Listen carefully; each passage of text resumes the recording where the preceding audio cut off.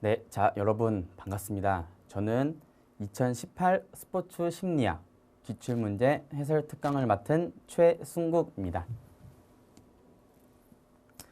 네, 이번 시간은 우리가 2018 스포츠 심리학의 기출문제 유형이 어떻게 나와 있는지 그리고 그 문제를 어떻게 풀이할 건지에 대해서 저와 함께 같이 문제풀이를 진행하도록 하겠습니다. 바로 스포츠 기출문제 시작하겠습니다. 자, 기출문제 1번. 자, 우리 이제 1번 여기 보시는 이제 스포츠 심리학의 하위 영역 이제 문제가 나왔는데 이 문제 같은 경우에는 내가 재작년 그리고 작년 그리고 이번 연도까지 지속적으로 계속되게 문제가 나오고 있는 그런 유형입니다. 자, 다 같이 한번 보겠습니다.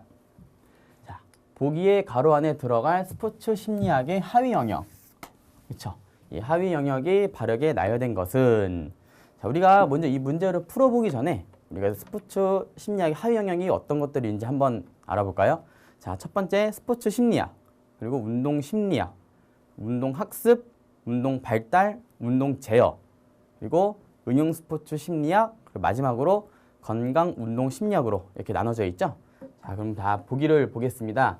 자, 기억은 지속적인 운동 참여와 그것을 통해 얻을 수 있는 개인의 정신 건강에 관한 연구.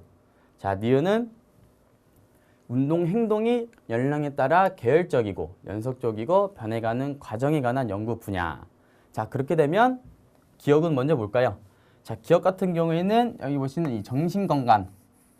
네, 정신 건강에 대한 단어가 나왔기 때문에 2번 건강 운동 심리학이겠죠. 네. 그리고 니은은 운동 발달에 관한 연구 분야겠죠? 네, 맞습니다. 그렇다면 기억과 니은이 합해져 있는 보기 2번이 답이 되겠습니다. 네.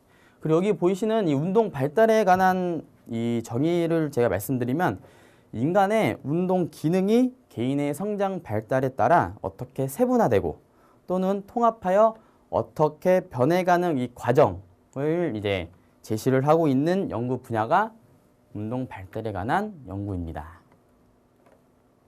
네, 다음 2번 보겠습니다.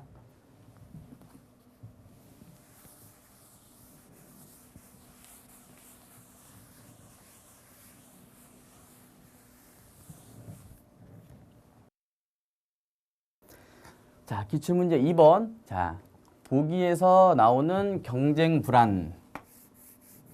네.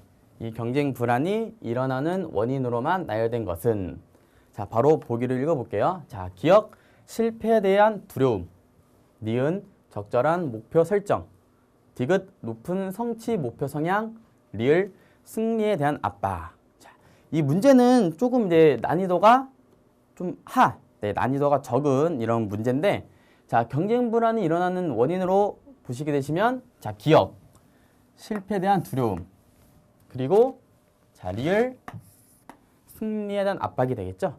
네, 그러면 기억과 리을이 해당되는 보기는 3번이 되겠죠? 네. 그리고 이 경쟁 불안이 일어나는 원인으로는 이 두 가지도 있지만 그 외에 자신감 결여, 네, 죄의식, 다음 부적감 통제력 상실 등이 이제 경쟁 불안이 일어나는 원인으로서 있고요.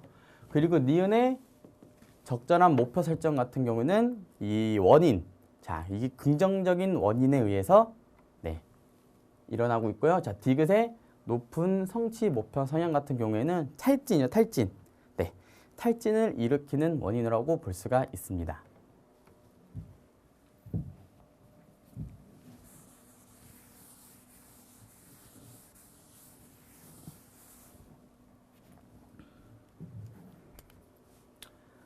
자, 다음 기출문제 3번입니다.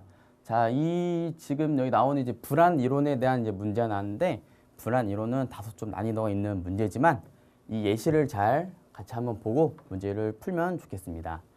자, 3번 보기의 대화 내용 중 지도자의 설명과 관련된 불안 이론은 네, 이런 불안 이론이죠. 자, 먼저 불안에 이제 대한 개념을 잠깐 짚고 넘어가겠습니다. 자, 불안은 이 불쾌한 일이 일어나거나 그 위험이 닥칠 것처럼 느끼는 정서적 상태를 나타나고 네, 불안에는 특성 불안, 상태 불안 그리고 경쟁 특성 불안, 경쟁 상태 불안으로 총 4가지로 나누어져 있죠. 네, 그리고 다시 문제로 돌아오면 자, 감독님 시합이 다가오니 초조하고 긴장이 되어 잠이 오지 않습니다. 네, 지도자가 자, 영훈아 자, 시합이 다가오면 누구나 불안을 느끼지만 불안을 어떻게 해석하느냐에 따라 경기 수행이 달라지는 거야. 시합을 좀 더 긍정적이고 희망적인 것으로 해석하도록 노력하렴. 나는 너를 믿는다. 자, 지도자가 참 좋은 말을 했죠. 이 지금 당장 내일이 있을 이런 시합에 불안이 되고 긴장하는 그런 학생들을 위해서 지도자의 좋은 말이 있는데 저도 이렇게 어렸을 때 이렇게 좀 체육 쪽을 이제 전공을 하고 이제 태권도로 이제 전공을 했는데 이런 지도자는 거의 없었죠. 네. 거의 없었고 이제 저 같은 경우에는 뭐 네가 열심히 안 해서 그래 더 열심히 해 막 이런 식으로 오히려 이제 닥달하는 식으로 지도를 해줬는데 이 지도자는 굉장히 좋은 해석으로 네, 지도를 해주었죠. 자, 그럼 여기서 또 중요한 키포인트가 있죠. 네. 여기서 난 키포인트는 자, 불안을 어떻게 해석하느냐에 따라 경기 수행이 달라지는 거야. 자, 여기서 중요한 핵심 단어죠, 여기서. 네. 자, 그렇다면 자, 우리가 이런 불안을 어떻게 해석하느냐에 따라 경기 수행이 달라지는 거에 대한 이론은 어떤 이론일까요? 네. 이 이론은 이 마틴스의 심리 에너지 이론이죠. 심리 에너지 이론. 네. 자, 이 심리 에너지 이론은 이 불안을 어떻게 해석하느냐에 따라 긍정적 혹은 부정적인 심리 에너지가 발생을 하며 네, 이러한 에너지가 운동 수행에도 영향을 미친다라는 이론을 제시했죠. 심리 에너지 이론이. 네. 네, 죄송합니다. 네. 그렇다면 자, 3번에 자, 심리 에너지 이론이 지금 이 지도자가 말하고 있는 이론이 되겠죠. 네.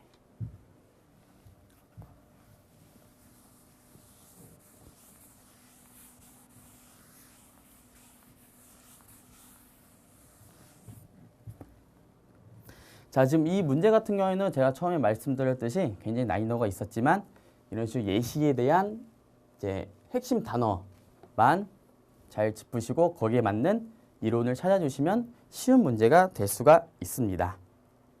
네. 다음에 이제 기출문제 4번이죠. 네. 이 4번 같은 경우는 방금 풀었던 이제 3번 문제와 약간 이제 비슷한 이론 문제예요. 이론 문제.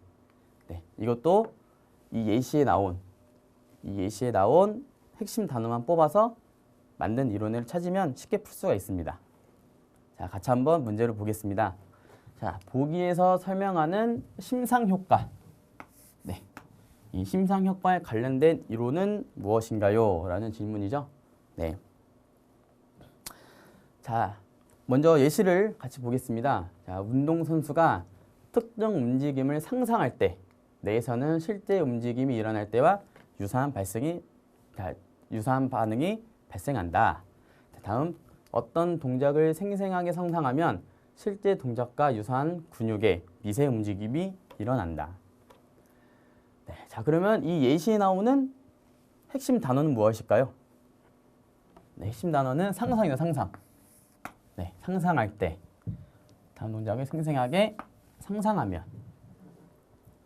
그럼 이 상상과 관련된 이론을 보시게 되시면 답은 4번이죠. 4번. 심리신경근 이론이라고 하죠. 네. 이 심리신경근 이론은 이 심상 연습, 즉 이 상상을 했을 때 네, 실제로 운동하는 것과 같은 자극이 이 근육과 신경에 가해진다는 이론을 나오고 있는 그런 이론이죠. 네, 그렇다면 4번에 이 예시와 나온 관련된 이론의 4번이라고 보시면 되겠습니다.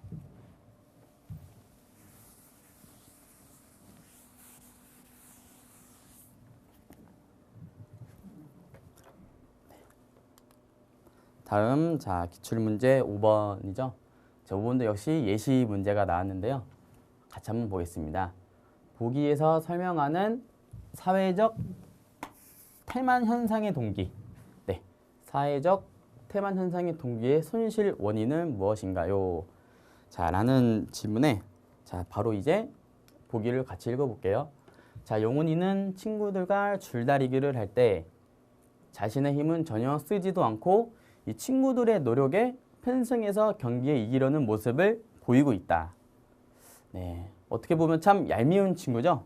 네, 지금 나는 옆에서 줄다리기를 하고 있는데 밴디에서 하지도 않고 그 다음에 이익을 추구하는 이런 친구인데 자, 먼저 이 스포츠 지도사라는 이 자격증을 이제 취득하는 여러분들 중에 이 선택 과목에서 이 스포츠 심리학을 선택을 많이 안 한다고 하더라고요. 많이 어려워서.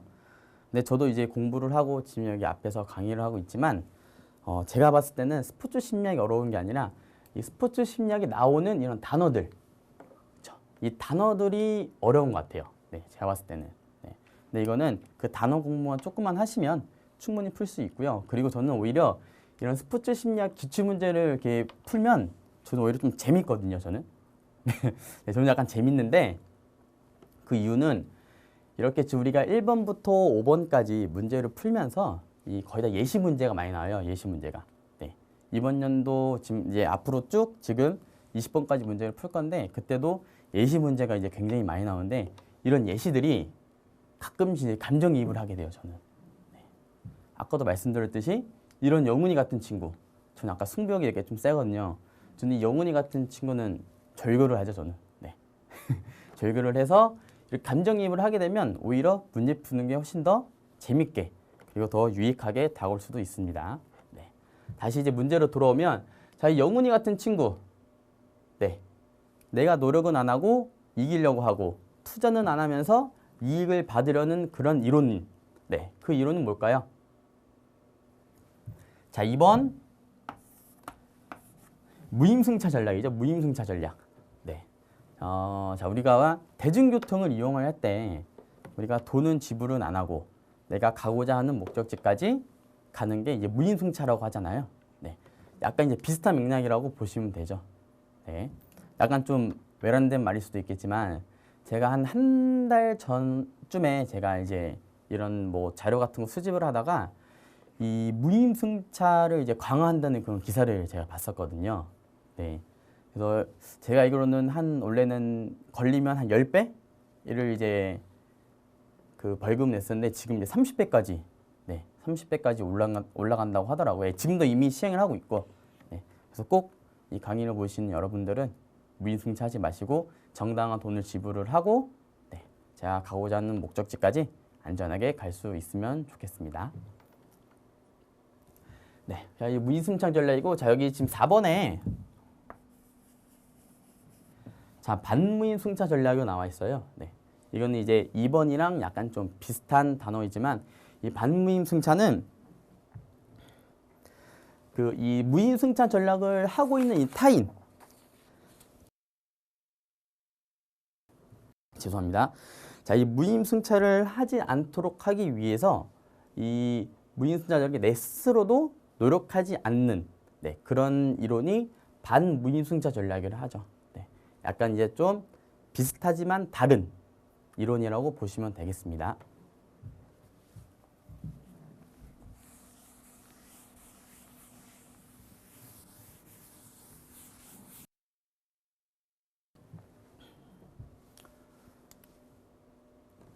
자, 다음 제 6번 문제죠. 네.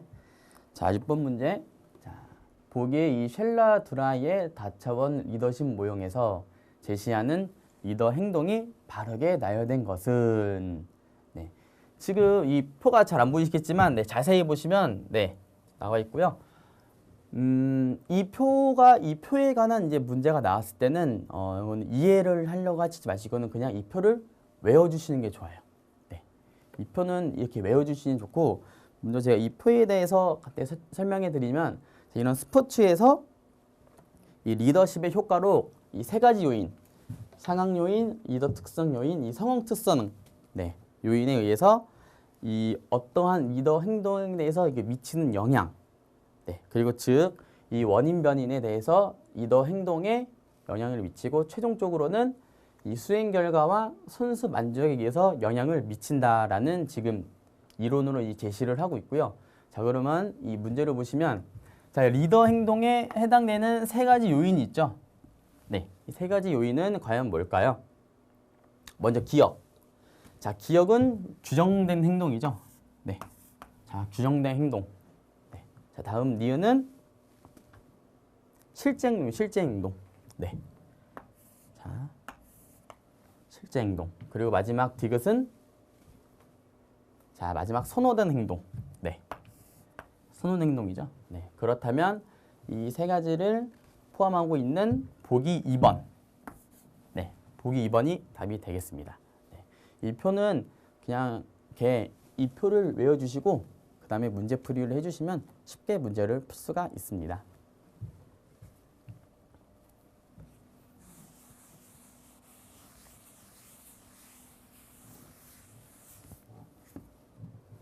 네, 그러면 이제 다음 문제로 넘어가도록 하겠습니다. 자, 기출문제 7번. 운동과 정신건강의 관계를 바르게 설명한 것은? 자, 자, 보기 1번. 규칙적인 운동은 불안의 감소와 상관이 없다. 자, 2번. 규칙적인 운동은 인지능력 개선에 효과가 없다. 3번. 규칙적인 걷기는 상태 불안을 증가시킨다. 자, 다음 4번. 유문화성성 운동은 우울증을 감소시키는 효과가 있다. 자, 이 문제는 굉장히 쉽죠?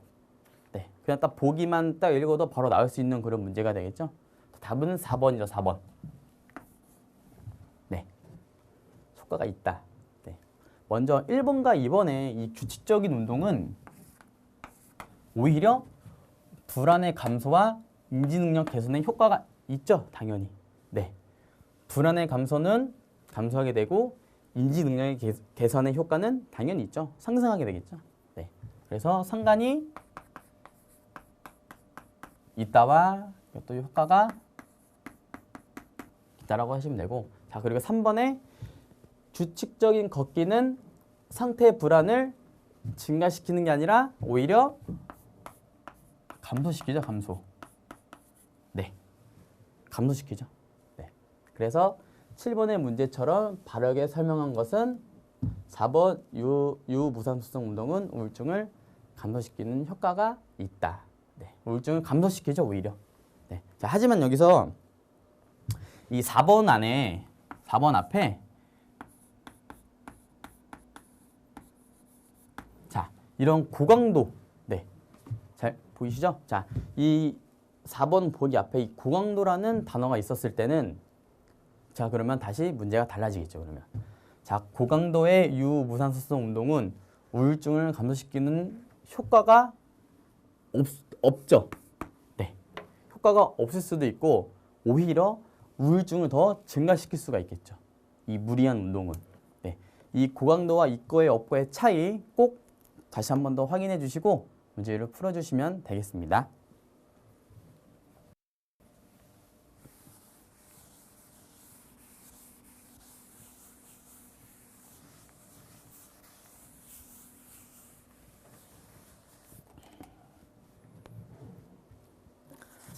자, 다음 기출문제, 자, 8번으로 자, 가겠습니다. 자, 사회적 지지 유형 중 다른 사람을 격려하고 걱정하는 과정에서 생기는 지지는 무엇인가요? 네. 자, 이 문제도 이 지지에 대한 그런 이론을 확실하게 딱 알고 있으면 답이 금방 나오죠. 답은 뭘까요? 답은 1번. 정서적 지지죠, 정서적 지지. 네. 자, 여기 보시는, 자, 도구적 지지는, 자, 말 그대로 내가 타인을 돕고자 하는 그런 과정에서 이런 물건들, 네, 예를 들면, 기술 향상을 위한 물건, 혹은 긍정적인 보상 등, 이렇게 어떤 물건, 도구적으로 도움을 받고자 하는 지지는, 자, 도구적 지지죠, 도구적 지지.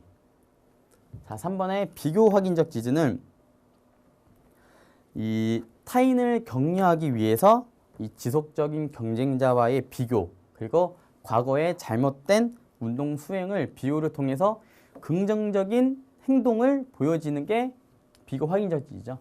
네, 이거의 이제 예시로는 이 과거의 기록 또는 타인의 그 유능한 선수의 이제 기록 이런 거를 봤을 때 비교 확인적 지지라고 보시면 되겠습니다. 자, 그리고 4번의 정보적 지지는 약간 이 비교 확인적 지지와 약간 비슷하죠.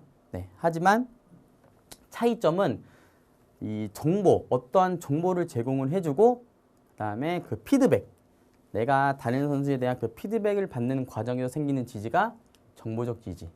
네, 비교 확인적 지지와 이 정보적 지지의 차이도 확실하게 구분해 주시면 되겠습니다.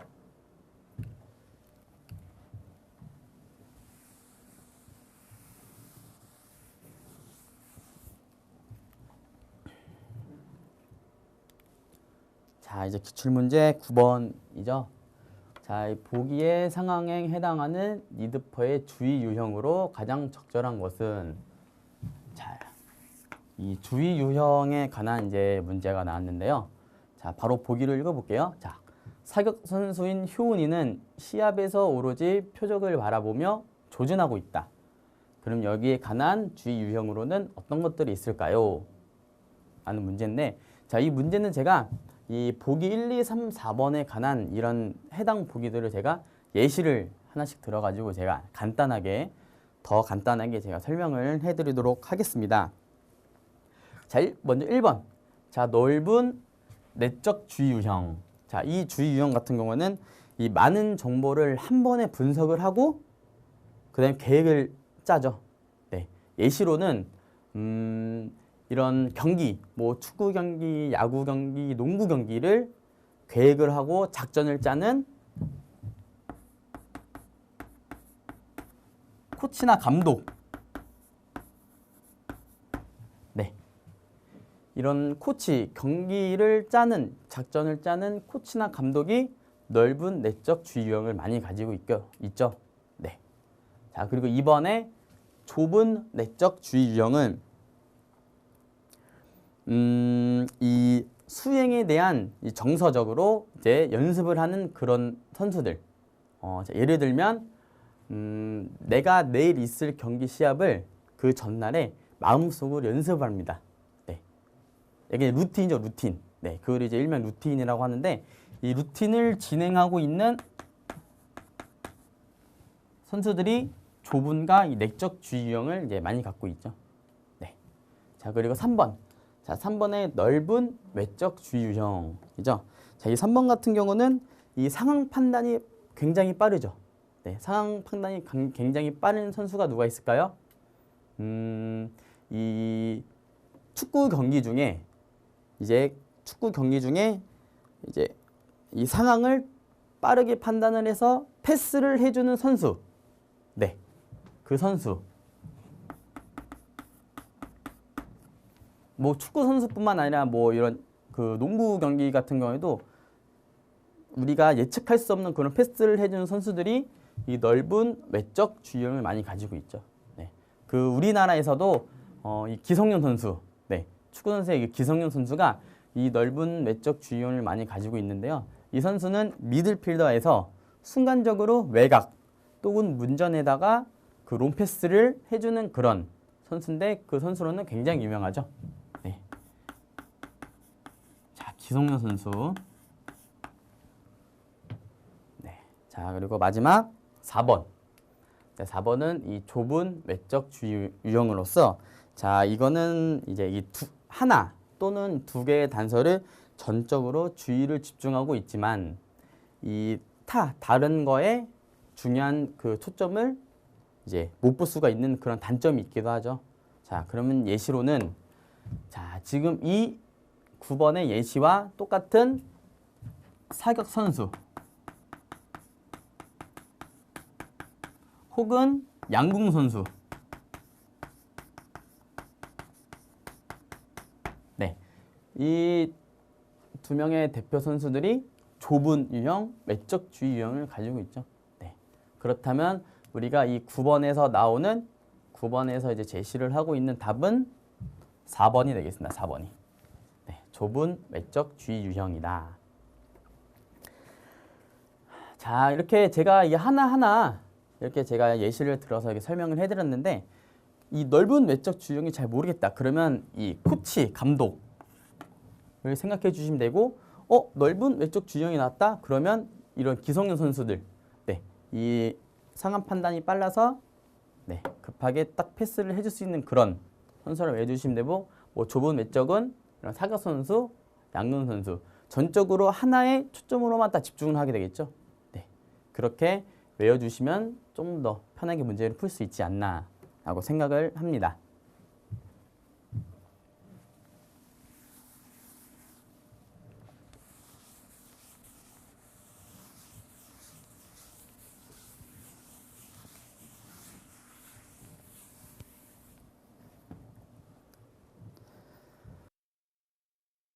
자, 이제 기출문제 10번입니다. 10번.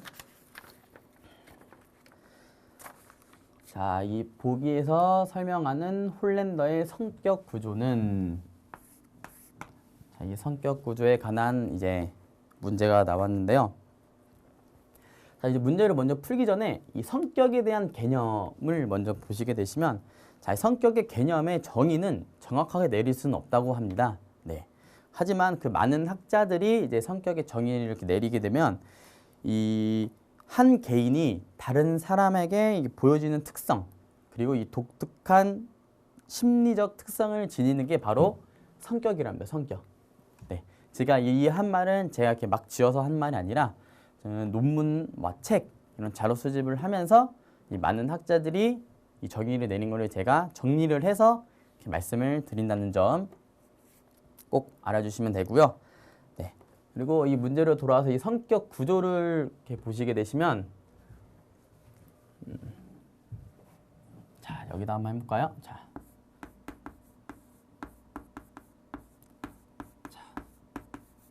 자, 이 성격 구조를 보시면 먼저 큰 틀에서 네, 큰 틀에서 사회적 환경 자, 사회적 환경이 있고요. 자, 이 사회적 환경 안에는 이제 역할 행동이 있죠.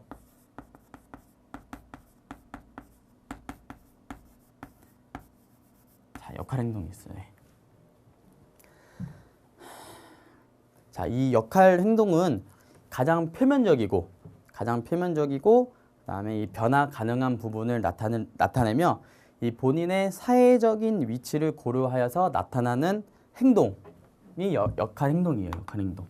네. 그렇다면 이 역할 행동 안에는 뭐가 있죠?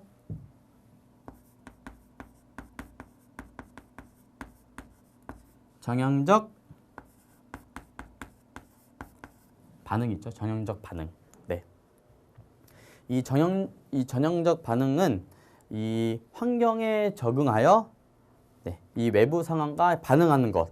네. 이 환경과의 상호작용에 의해서 학습이 되었다고 합니다. 네. 그리고 정형적 반응 안에는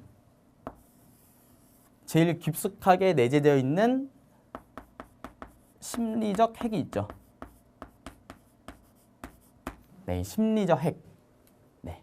이 심리적 핵 같은 경우에는 이 깊숙이 내재져 있는 이미지를 포함을 하고 그 다음에 가장 기본적인 감정, 자아, 태도, 가치, 흥미 등을 포함을 하고 있고요. 그리고 제일 중요한 일관성이 가장 높죠. 심리적 핵은. 네. 일관성이 가장 높기 때문에 자, 그렇다면 이 10번에서 제시하고 있는 성격 구조의 답은 자, 1번 심리적 핵이 되겠죠. 네. 네. 이 문제는 심리적 핵에 관한 그런 네, 문제였고요. 그리고 지금 제가 글씨를 이제 좀 많이 못 쓰는데 그래도 양해 부탁드립니다. 자, 이런 표를 많이 보셨을 거예요. 이런. 네.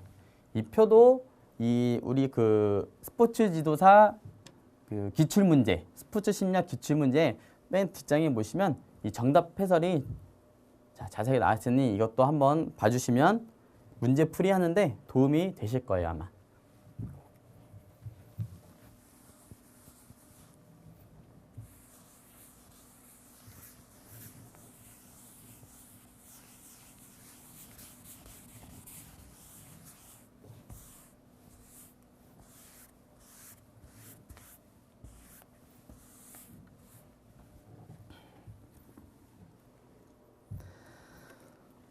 자, 이제 11번.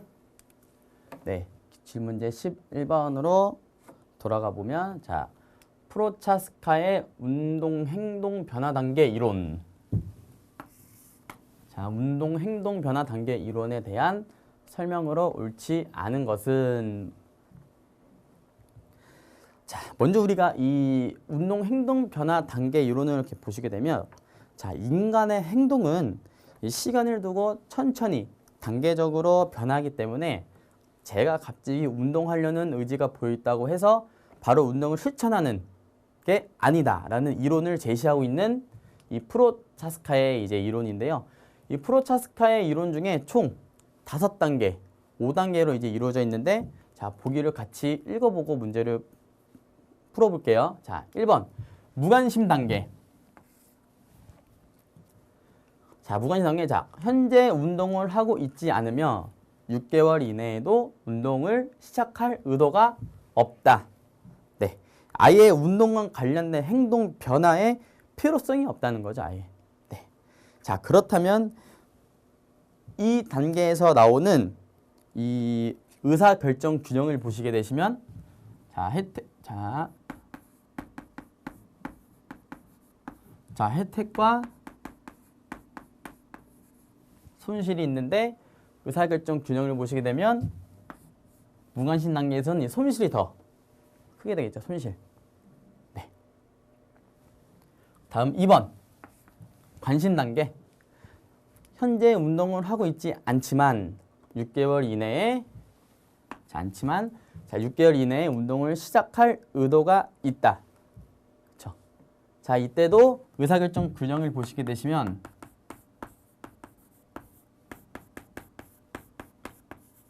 아직 운동을 시작은 안 했습니다. 관심만 갖고 있기 때문에 아직 손실보다 손실이 더 크다고 보시면 되겠는데, 이때는 관심, 의도가 있다고 하시니까 는. 네, 여기서는 는이 이제 성사가 되겠죠. 그리고 저도 이제 아직 이 관심 단계에 있는, 네, 사람 중 한 명인데, 저도 원래는 전에 꾸준히 저도 막 이렇게 운동을 열심히 했었는데, 최근에 좀 바쁜 일이 좀 있고 해서 지금 한 8개월 동안은 운동을 지금 못하고 있는데, 저도 꼭 6개월 이내에 운동을 시작할 의도가 있기 때문에 저는 지금 관심 단계에 와 있고 있다. 네. 지금 이 강의를 보시는 여러분들 중에도 한 대부분 이상이 관심 단계에 가지고 있을 텐데, 네, 꼭 우리 6개월 이내에 운동을 열심히 해서 공부도 열심히 하고 이런 체력, 건강에도 신경을 쓸 수 있는 그런 사람이 됐으면 좋겠습니다. 네. 자, 다음 3번 준비 단계. 자, 준비 단계는 현재 운동을 하고 있지만 운동 가이드라인을 충족하지 못하는 수준이다. 네. 자, 이때부터는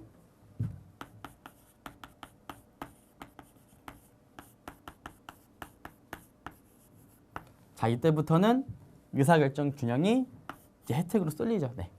왜? 지금 내 운동을 하고 있고, 하지만 내 적정선, 내 운동의 최고점을 충족하지 못하는 수준이기 때문에 아직 이제 이때부터는 혜택에 대한 의사결정 균형이 쏠리게 되겠죠. 네. 자, 그리고 마지막 4번 실천 단계. 네. 자, 운동 가이드라인을 충족하는 수준의 운동을 6개월 이상 해왔다. 네.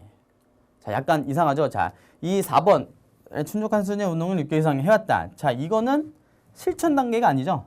네. 실천 단계가 아니라 그 다음 단계인 유지 단계죠, 유지 단계.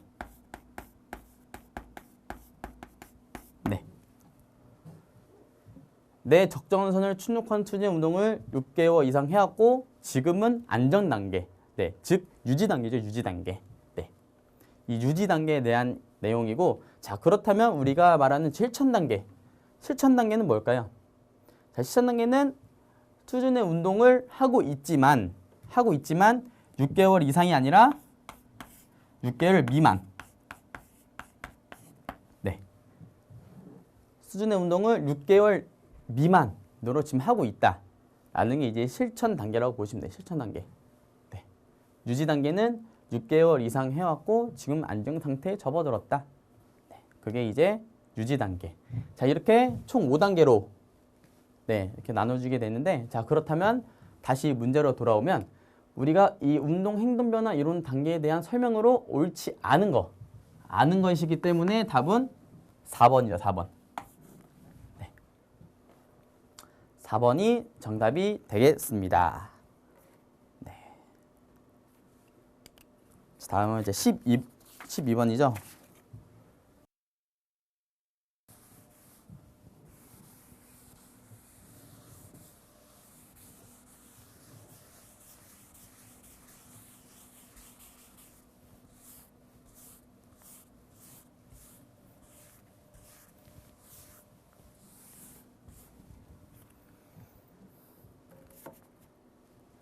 자, 기출문제 12번.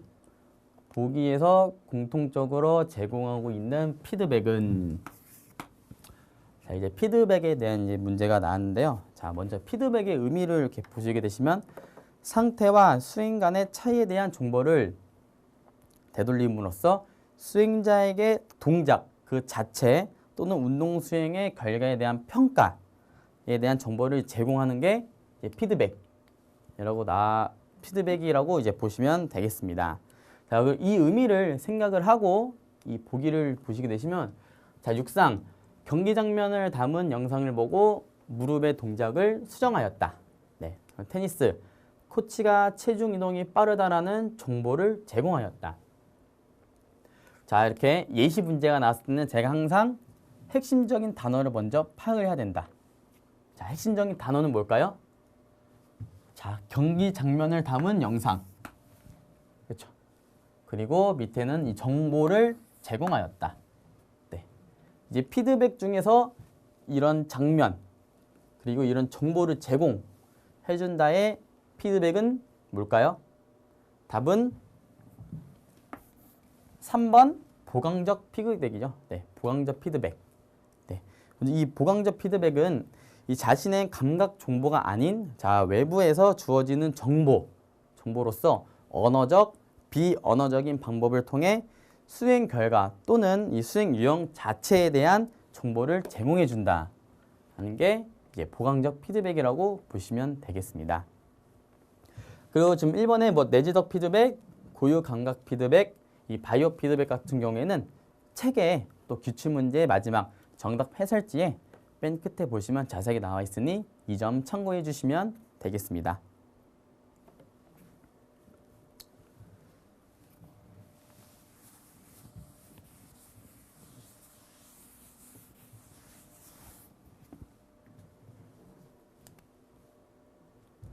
자, 기출문제 13번. 자, 보기에 제시한 이 피츠와 포스너의 운동 학습 단계죠. 운동 학습 단계. 네. 이 운동 학습 단계와 설명이 바르게 나열된 것은 라는 이제 문제가 나와 있는데요. 자, 이 문제도 내가 이해를 하려고 하기보다는 이 각 단계, 인지 단계와 연합 단계와 이 자동화 단계에 대한 정의만 정확히 딱 알고 계시면 이 문제도 쉽게 풀 수가 있죠. 네. 이 세 단계에서 공통적으로 나오는 단어가 있습니다. 바로 일관성, 네, 혹은 정확성.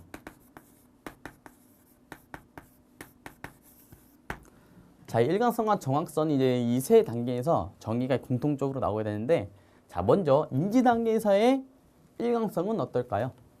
이 단계에서 일관성은 아직 인지하는 단계, 첫 번째 단계이기 때문에 일관성이 거의 없다라고 보시면 돼요. 정확성이 거의 없다. 자, 그렇다면 이 설명에 나온 것 중에 기역, 니은, 디귿 중에 일관성이 안 좋다, 없다 라는 보기를 보시게 되면, 자, 니은이죠, 니은. 네, 니은. 학습해야 할 운동 기술의 특성을 이해를 하고 그 과제를 수행하기 위한 전략을 개발한다. 그리고 오류 수정 능력을 갖추지 못했기 때문에 운동 수행 시 일관성이 부족하다. 네. 그러면 1번, 다시 A의 인지 단계는 니은이죠, 니은. 자, A는 니은.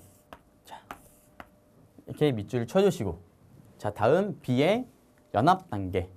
자, 연합 단계에서는 당연히 인지 단계 그 다음 단계이기 때문에 일관성이 점점 좋아지고 있다라는 해설이 나온 게 자, 디귿이죠, 디귿. 네, 디귿. 과제에 대한 전략을 선택하고 잘못된 수행에 대한 해결책을 찾아 나갈 수 있게 된다. 그리고 동작의 일관성이 점점 좋아진다. 네, 점점 좋아진다라는 내용이 있기 때문에 B 연합 단계의 답은 D죠, D. 다시 디귿이죠, 디귿. B의 디귿. 네. B의 디귿이고, 자, 마지막 자동화 단계죠, 자동화 단계. 이 자동화 단계에서는 그 인지 단계 정반대, 즉 일관성이 매우 좋다, 정확성이 매우 좋다라는 설명은 기억이죠, 기억. 동작 실행 시 의식적으로 주의가 거의 필요 없으며 정확성과 일관성이 매우 높다. 네, 나오죠? 그리고 동작에 대한 오류를 탐지하고 수정할 수 있는 능력이 있다. 네. 정확성과 일관성이 매우 높다. 자동화 단계죠? 그러면 C는 기억이죠. C는 기억. 네. 자, C는 기억. 그럼 이 세 개를 다 포함하고 있는 4번이 답이 되겠죠. 네. 자, 이런 문제도 보기는 어렵지만 이렇게 각 단계에 이런 공통적으로 뽑아낼 수 있는 그런 단어, 나만이 내가 알 수 있는 그런 단어만 뽑아가지고 문제를 푸시면 좀 더 쉽게 문제를 풀 수 있지 않을까 하는 생각을 합니다.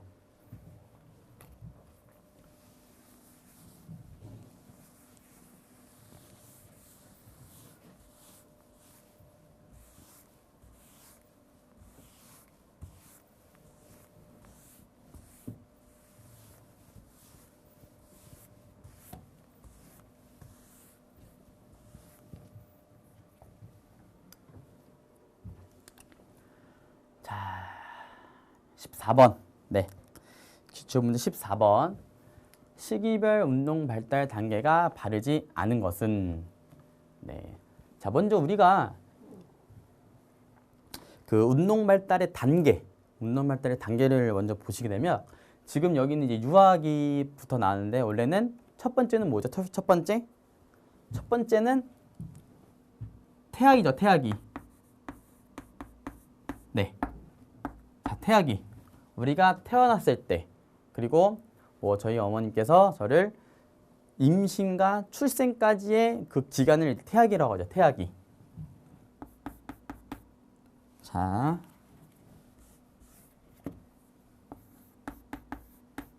임신에서부터 출생까지. 네, 태아기.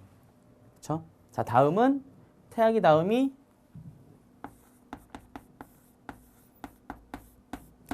영아기죠. 영아기. 네, 영아기는 2개월.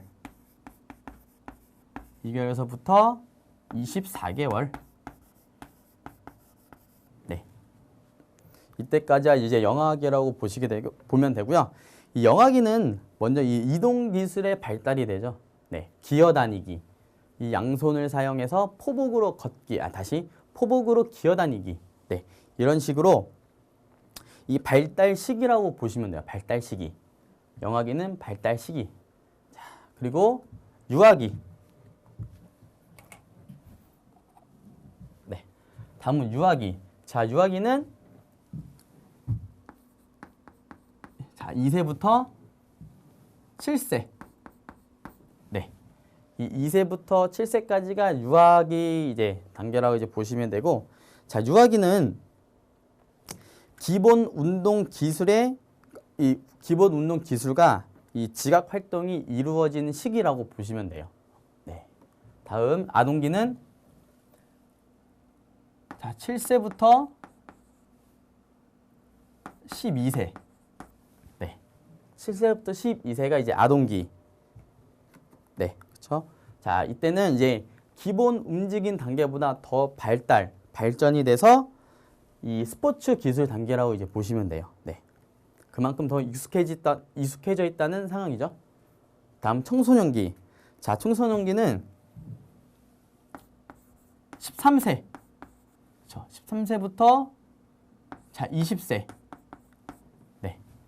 라고 이제 보시면 되고, 자 청소년기 때는 이제 미성년자 이제 끝자락. 네, 미성년이 끝자락으로 보시면 되고요. 네, 이때는 이제 운동 기술이 이제 완벽해지는 단계예요. 네, 운동 기술이 완벽해지는 단계로서 성장과 이제 세련 단계라고 보시면 되겠습니다. 자, 마지막 이제 성인 초기는 20세죠, 20세. 네. 20세부터 이상을 이제 성인기라고 부르고, 자, 이때는 당연히 이때는 운동 기술의 최고 단계. 운동 기술의 이제 최고 단계, 최고 수행의 단계로서 이제 성인 초기, 중기, 말기 그렇게 되면서 이제 점점 퇴세되는, 운동 기술이 점점 이제 퇴세되는 그래프를 보시게 될 겁니다. 네. 자, 그렇다면 다시 이제 문제로 돌아와서, 자, 시기별 운동 발달 단계가 바르지 않은 것은, 네, 바르지 않은 것은, 자, 그럼 답은 뭘까요? 자, 답은 1번이죠, 1번. 왜? 제가 말씀드렸다시피 유아기는 반사 움직임 단계가 아니라 기본 움직임.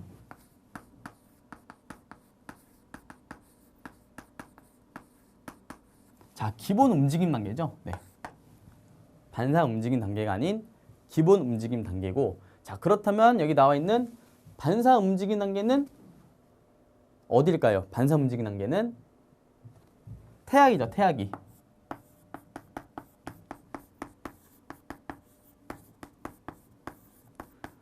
반사 움직임 단계. 반사 움직임 단계는 태아기 때, 네, 태아기 때 단계가 맞는 문제라고 보시면 되겠습니다. 네. 자, 그러면 14번의 답은 1번. 1번이 되겠죠, 1번.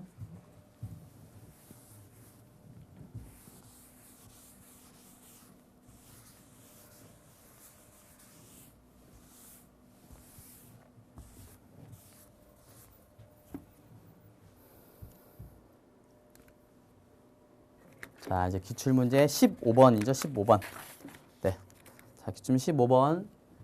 보기에서 설명하고 있는 운동 제어 이론. 네. 이번에는 이제 운동 제어에 관한 이제 문제가 나왔죠.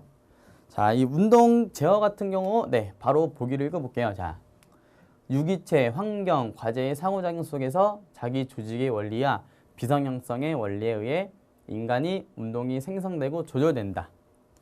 자, 일반화된 운동 프로그램과 같은 기억 표상의 구조가 필요하지 않다고 주장한다. 자, 이 문제 같은 경우도 이제 좀 난이도가 있는 문제예요. 네. 하지만 이 운동 제어 이론 같은 경우는 이 지금 4가지의 이론이 나와 있는데, 네.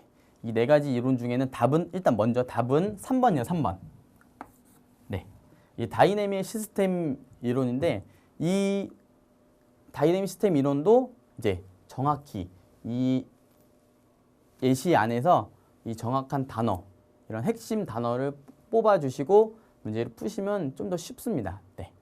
이 다이내믹 시스템 이론은 먼저 이 다이내믹과 이 시스템 이론이라는 이제 그 행위 결론, 죄송합니다. 자, 행위 이론으로서 이 결합한 수정된 모형이라고 보시면 되고요.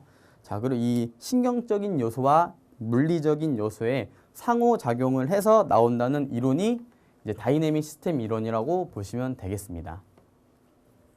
그리고 이 전보처리 이론, 도식 이론, 이런 폐쇄 회로 이론 같은 경우도 이 정답 해설지의 맨 뒷장에 보시면 정확하게 나와 있으니 이 점도 참고해 주시면 되겠습니다.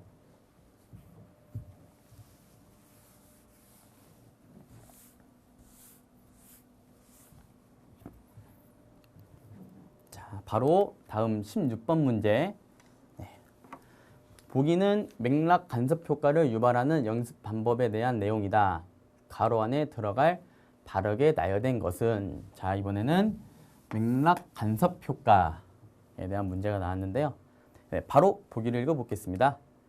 스포츠 지도사인 류현진은 야구 수업에서 오버핸드, 사이드암, 언더핸드 던지기 동작을 지도하기 위해서 2가지 연습 방법을 계획하였다. 자, 첫 번째 연습은 ABC, 즉 오버핸드, 사이드암, 언더핸드 식으로 동작을 각각 10분씩 할당하여 연습하는 것이고, 자, 니은 연습은 30분 동안 A, B, C 던지기 동작을 순서 없이, 즉 무작위로 연습을 시키는 것이었습니다. 자, 그러면 기억에 관한 연습과 이 니은에 관한 연습은 무엇일까요? 라는 이제 문제인데, 우리 그 연습 구성 예를 보시게 되면, 자, 먼저 방법 1. 네, 방법 1은 자, A, B, C, 즉 오버핸드, 사이드암, 언더핸드를 순차적으로 이 순서대로 연습을 10분씩 하는 게 1번 기억 연습이고요. 자, 니은 연습은 뭐 오버핸드 던졌다가 뭐 언더핸드 던지고 다시 또 오버핸드 던지고 뭐 사이드암 이런 식으로 무작위로 랜덤으로 연습을 한다는 그런 연습이었습니다. 2번. 자, 그렇다면 자, 보기를 보시게 되면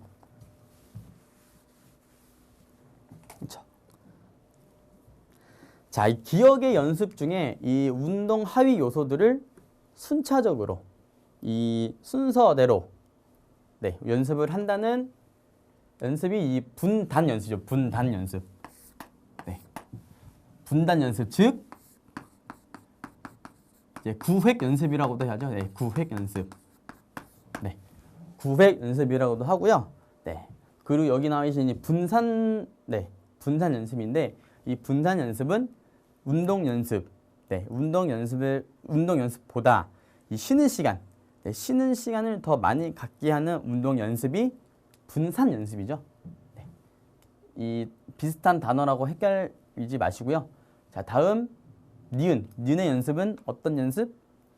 무작위, 랜덤으로 연습을 하는 그런 연습은 뭘까요? 여기 답이 나와 있죠? 랜덤, 무작위 연습. 이 무선 연습이라고요. 자, 그렇다면 기억과 니은을 포함하고 있는 자, 1번. 그렇죠? 1번이 정답이라고 보시면 되겠습니다.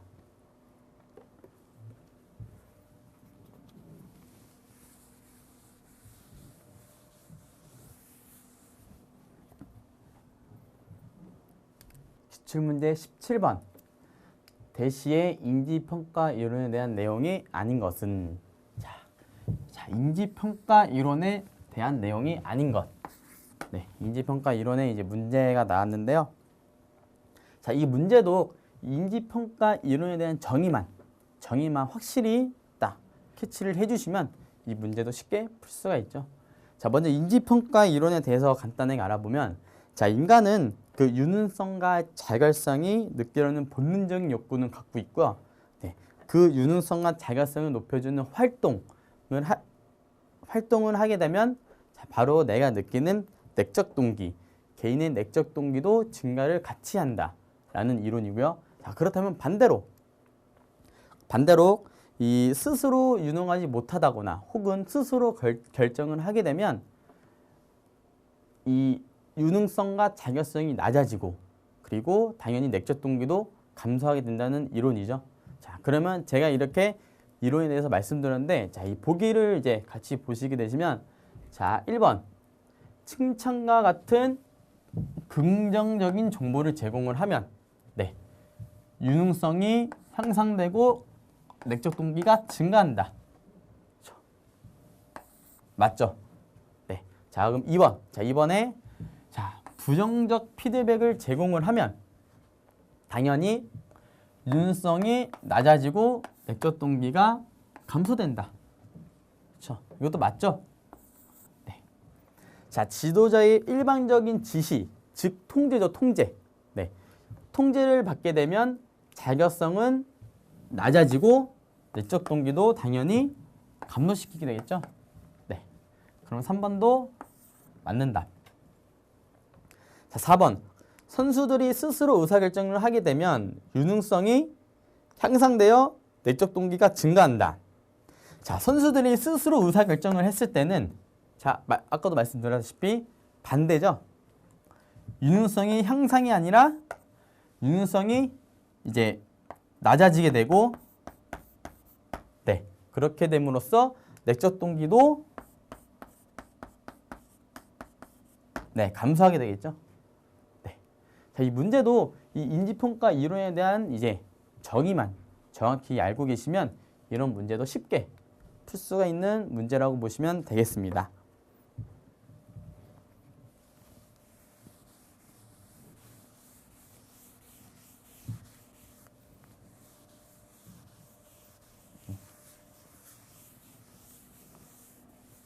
아, 그리고 또, 예. 그러면 17번의 답은 4번이죠, 4번. 네. 제가 답을 말씀을 안 드렸는데, 자, 17번의 답은 4번입니다, 4번.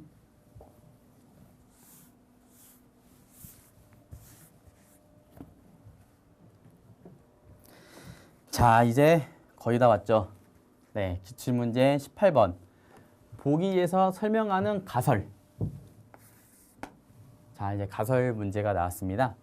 자, 가설 바로 보기를 읽어보면, 자, 운동이 우울증에 긍정적 효과를 있는 이유는 세로토닌, 노에프네프린, 도파민과 같은 데에 신경 전달 물질의 변화 때문이다. 즉, 운동을 하면 신경원에 의한 신경 전달 물질의 분비가 수용이 촉진되어 수용원 간의 의사소통이 향상된다. 네, 예시 문제도 예시 문제. 네, 이 예시 문제도 중요한 키포인트가 신경 전달 물질의 변화 그리고 의사소통이 향상된다. 네, 이 두 가지가 이 가설에 대한 예시의 키포인트죠. 네, 자, 그렇다면 우리가 지금 여기 4개의 가설이 있는데 제가 이 하나하나 가설을 이제 설명을 해드리겠습니다. 네, 자, 먼저 이 생리적 강인함 가설은 자, 스트레스를 견디는 능력이 이제 점차적으로 체계적으로 네, 향상이 되면 이 정서적으로도 안정이 되겠죠. 네, 그 이론이 생리적 강인함 가설. 다음 이 모노아민 가설은 이 운동을 하면 이 신경 전달 물질에 의해서 분비가 증가하기 때문에 정서에 변화가 생긴다. 네, 다음 3번 사회 심리적 가설. 사회적 심리 가설은 운동을 하면 기분이 좋아질 것이라는 기대하기 때문에 네, 그 위약 효과에 의해서 심리적인 효과가 생기죠.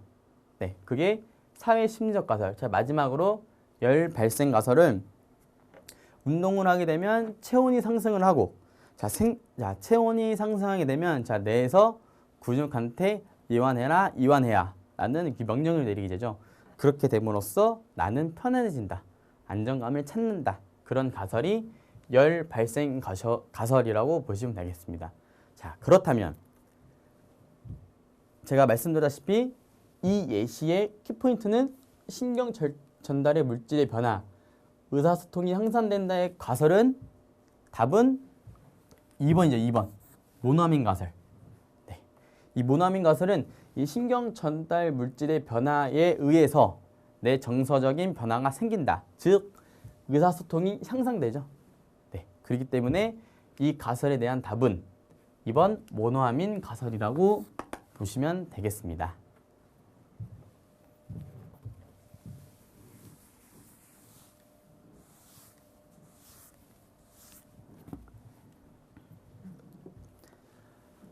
네, 자, 이제 문제 19번. 자, 기출문제 19번을 보시게 되시면 보기에서 제시된 내용과 관련된 반두라의 자기 효능감. 네. 자, 자기 효능감 향상의 요인은 무엇인가요? 라는 문제고요. 자, 이것도 문제를 같이 보겠습니다. 자신이 판단하기에 기술적으로 과거보다 향상되었음을 느꼈다. 다음, 시합 전 우승 장면을 자주 떠올린다. 네. 그리고 결승골을 넣어 이겼던 적이 많다.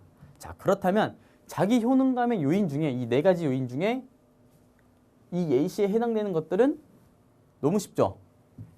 시합 전 우승 장면, 결승골, 이런 성공 경험이요. 성공 경험. 네.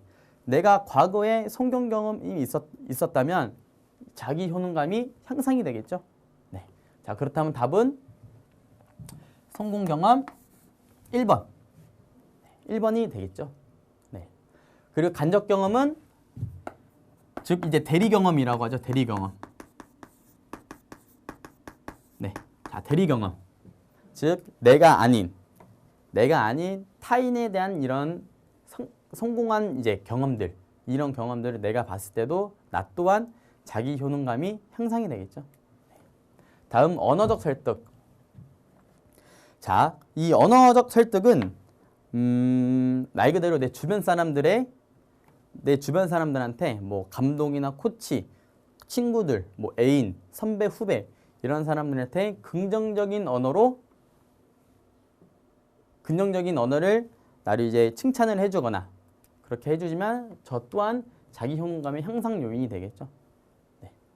다음 4번. 자, 신체 정서 상태 향상. 네. 이것 또한 당연히 내가 신체적으로, 정서적으로, 정신적으로 향상이 돼 있으면 그것 또한 자신감이 붙는 그런 원인이 되겠죠. 네. 하지만 이 원인 중에서도 이 예시에 나오는 요인은 바로 1번인 성공 경험에 대한 요인이다. 이 문제도 무난하게 풀 수 있지 않았나 생각을 합니다.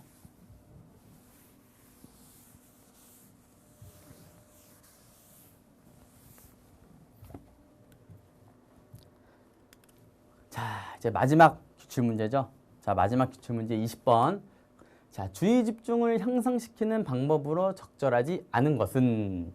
자, 주의 집중을 향상시키는 방법. 옳지 않은 거, 적절하지 않은 거죠. 자, 보기를 바로 볼까요? 네, 죄송합니다. 자, 1번. 적정 각성 수준 찾기. 네, 이거는 맞죠? 네. 자, 2번. 수행 전 루틴 개발하기. 네, 수행 전 루틴 개발 및 연습하기. 네, 이것도 맞는 문제고. 자, 그럼 3번. 실패 결과를 미리 예측하기. 네. 자, 이거는 주의 집중을 향상시키는 방법이 아니라 오히려 부정적인 요인으로 작용할 수가 있겠죠. 심리적으로 방해 요인이죠. 방해 요인. 주의 집중이 향상 요인이 아니라 심리적으로 방해 요인.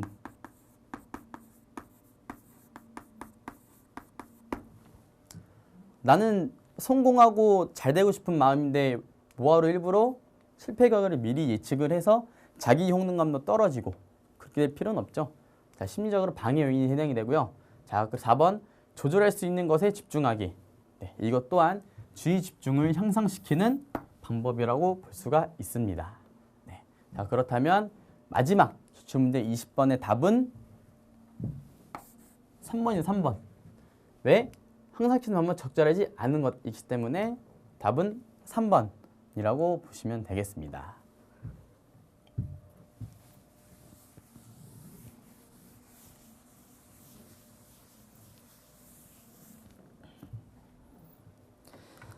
네, 자, 그럼 이렇게 2018 스포츠 심리학 기출 문제를 저랑 같이 이렇게 풀어봤는데요. 제가 앞서 말씀드렸듯이 스포츠 심리학은 어려운 학문이 아니다.